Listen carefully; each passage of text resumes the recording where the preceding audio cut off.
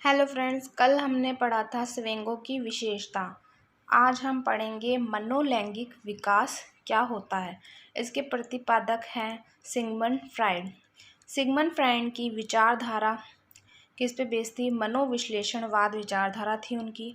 मनोविश्लेषणवाद विचारधारा को दो भागों में बांटा जाता है। व्यक्तिगत मनोविज्ञान जो कि एडलर है, विशेषणात्मक मनोविज्ञान युंग और जुंग की है।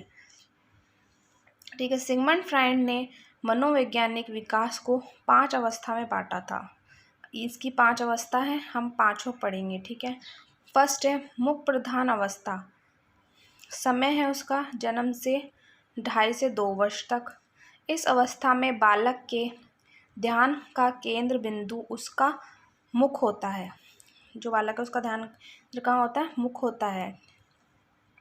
और बालक चूसना, काटना, निगलना जैसी क्रियाएं करने सीख जाता है। इस अवस्था में बालक के कार्य और व्यवहार मूल प्रवृत्ति आधारित होते हैं।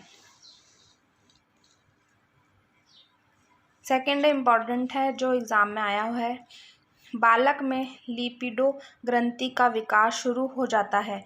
इस अवस्था में लिपिडो ग्रंथि होती है, उसका विकास शुरू हो जाता है, जिसे लैंगिक ऊर्जा या यौन ऊर्जा के साथ जोड़ा जाता है। फ्राइड का मानना है कि लिपिडो ग्रंथि के कारण ही शैशव अवस्था में भी शिशु में काम प्रवृत्ति की भावना पाई जाती है। सेकेंड है गुद्दा प्रधान अवस्था। इसका समय है 2.5 से 2 वर्ष से 3 से 4 वर्ष के बीच।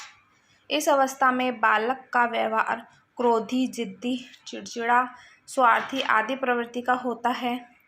इसे 2 भागों में बांटा गया है, गुद्दा धारणा अवस्था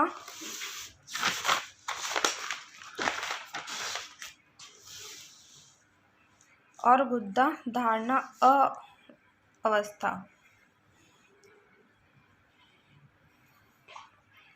पहली अवस्था है गुद्दा धारणा अवस्था। इस अवस्था में बालक मल मूत्र के बारे में नहीं बताता है और मल मूत्र को रोकने की कोशिश करता है। सेकेंड है गुद्दा निष्कासन अवस्था।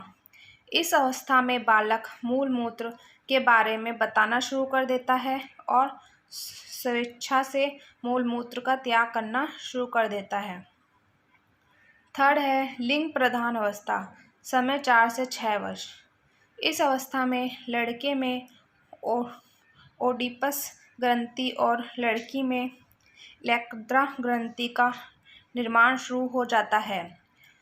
इन ग्रंथियों का प्रमुख कार्य विपरीत लिंग के प्रति आकर्षण को पैदा करता है। ओडिपस ग्रंथि के कारण लड़का अपनी माता से अधिक प्रेम करता है। इलेक्ट्रा ग्रंथि के कारण लड़की अपने पिता से अधिक प्रेम करती है। फोर्थ है, इसमें 5 थे, उसमें 4th नंबर का है अव्यक्त अवस्था। इसका समय 6 वर्ष से 12 वर्ष है। इस अवस्था के अंतिम चरण में शारीरिक परिवर्तन तेज गति से होते हैं, जिन्हें बालक अपने से बड़े लोगों के सामने अपने विचारों में अभिव्यक्त नहीं कर पाता है, अतः इसे अव्यक्त अवस्था कहा जाता है। अव्यक्त अवस्था कहा जाता है।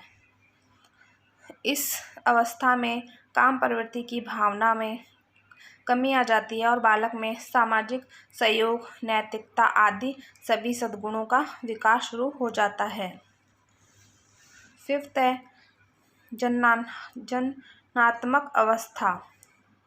समय 12 वर्ष के बाद की अवस्था होती है।